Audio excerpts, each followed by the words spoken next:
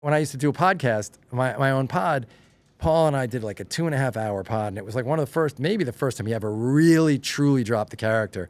And it was so hard to get him to do it, and so rewarding when he really spoke honestly about his childhood. And now he's more comfortable doing it.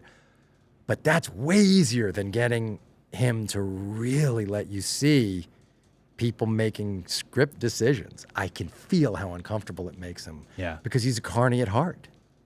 Well, too, I think he's conceded to the idea that, oh, yeah, these are good ideas, and this is a good grid, and this is a good map. But the magic now, and I don't think he'd be offended at me telling you, is he sits up in Gorilla, in the corner of Gorilla, and he looks at what's on paper, and he adds legitimate magic to it. I just spoke to somebody. I said, let's put this together first, then go there. Love it. Then go there. Let's bring him ours, and then go there. Because if we go there first, we're not even challenging ourselves as artists. He's the cheat code, and I need the cheat code some nights. Okay, that's a really important thing. So when I wrote you that note, it was because I thought your episode with Cena was like an incredible. I would tell anyone who wanted to break into any part of show business, almost any business, to listen to that, because John really chose your show to lay out his entire philosophy. He did. Also at like 8 a.m. Yeah. With a live round. And that Christmas suit that David Allen made him, that was so nice. And he said, I want you to have my first words after retirement. It didn't work at all, and somehow he made it work. I thought, man, you don't have to do this. We could have, it's wrestling. Right. You want to do it the week before? Of course. Nope.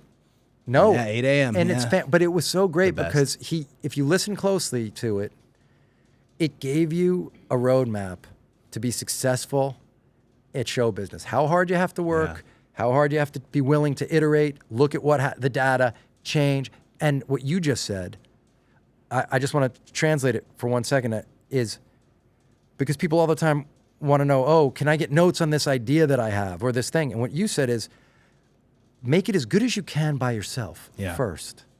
Keep going. You know it's not good enough yet. Do everything that you can see to make something better. And then if you have the opportunity to go to someone like Paul Heyman or an expert, then get them to help you raise it to one more level. Sure. But I think people now, because everything's so available in a way, you can access people.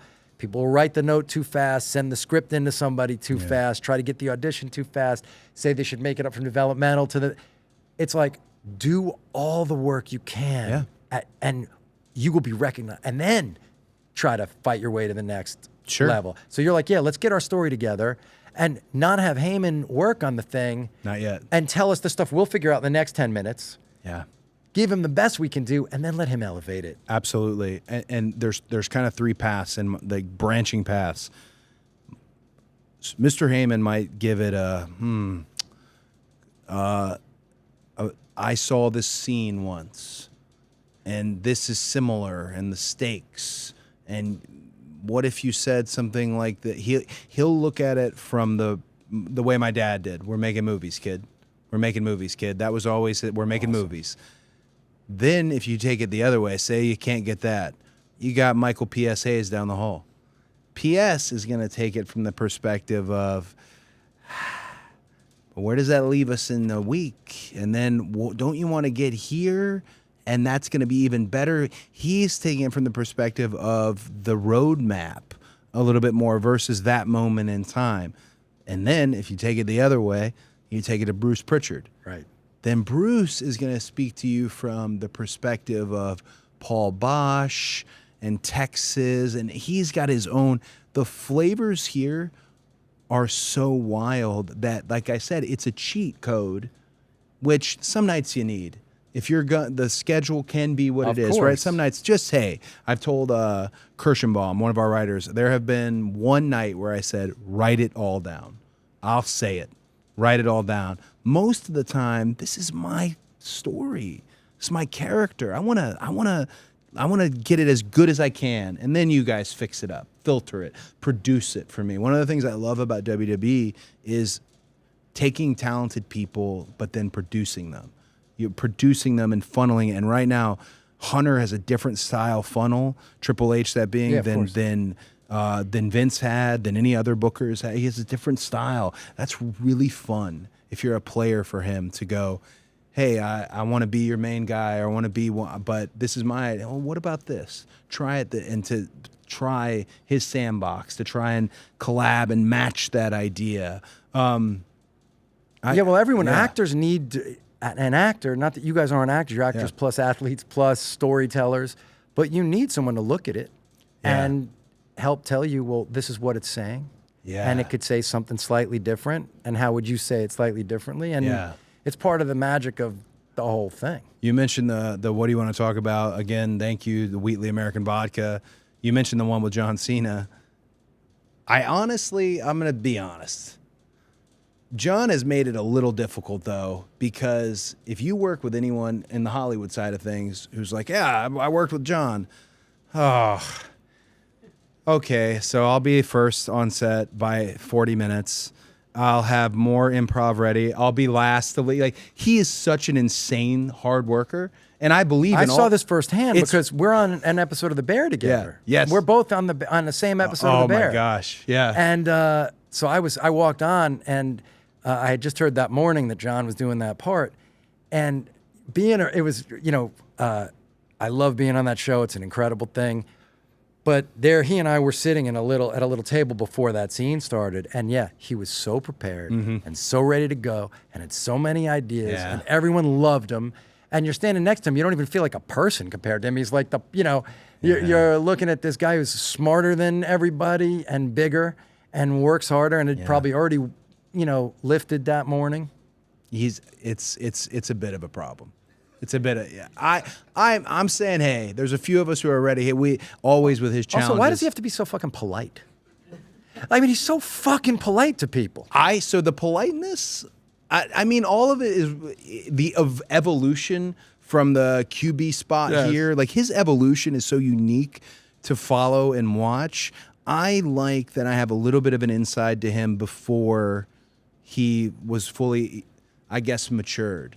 And that little bit I have is kind of the only way I can remind him, like, hey, bud, I get it. You speak all these languages now, and yes, you're incredibly smart. I get it. But, man, like, that was why it was so fun. Working with him was everything I dreamed it would be, because he was very hard on me. And there was a lot left unsaid about those car rides. I think there's things about those car rides that someone would have to not have microphones to really hear about what was going on with the two of you guys. He was very hard on me when he came back. He was but not in the wrong way. I do no service to the title that we brought out here. I do no service to the guys. I just wrestled Trick Williams, Oba, his first match. I do no service unless I have this information he gave me, and I try to put it in play. And he meant it. John meant it when he said, the day somebody does all this, they can take it. The day, he meant it. And I just hope more guys listening know what that means. It means he's set an incredible standard. And I'm glad, you know how this is, because you grew up liking the industry. You grew up liking pro wrestling. I always hated its cultural relevancy, how deep it would get, its penetration globally, but then the treatment wasn't the same as maybe an actor on a show. It wasn't. And to me, my favorite actors, right? Andy Garcia is one of my favorite actors. I love Andy. The other favorite actor I have is my dad. But most people wouldn't know he's an actor. And, it's just, I'm glad that the worlds are starting to come together in a way where it's such a nice thing. Your dad was also such a good basketball player, right? It's just shocking. A great, graceful, natural athlete. His whole athleticism, I'll be frank, Brian, is bullshit. It's not, because he really was, but it's annoying though, because he didn't work at it. Yeah, it's so maddening. Like him and Harley Race look like big old, just barrel-chested heels. They didn't look like they could jump. He had a great jumper. Incredible baseball player. My mom always waxes poetic about, he had these beautiful calves. Like all this, I don't know. Athletes were different, but I appreciate that you saw it, because I'm going to ask you too about Bruno and why he was your favorite. But Dusty, I always am shocked when people think it was his robust and his promo, and they don't realize the third part was, oh, he could go in the ring. That was the bit. That's what I'm saying. He didn't let you down when you would you would read about these guys. Yeah. And you would see him, and it was as exciting. Well, he had that thing that great natural athletes have. He moved. I think that's part of what he and Ernie Ladd have in common, as different as their body types were. Land on their feet. They both could move. Yeah. They could move. There was a gracefulness. Your dad, big man who's not a thin big man who could move with a sense of grace it's Charles Barkley, right? It's a fascinating thing to see. It's wild. And you don't often see it. But Bruno, can you shoot hoop? Like, are you decent? Have you seen the video? I haven't seen you play. Okay. I'm a good basketball player. So you would be, I don't want you to watch it because you would be ashamed of me. Oh, no. And I've seen video of your dad playing basketball, not you. That Charlotte Police game where he's just sinking buckets and leading the team, Sting and Lex Luger out there, no idea what's going on, just running up and down. Yes. Our friends at Fanatics who helped put this whole thing together, God bless Michael Rubin. He wants to do the Fanatics Fest, the games. No lie, no hyperbole. I missed every shot. And Bailey texted me and said, "Is something wrong with your legs?"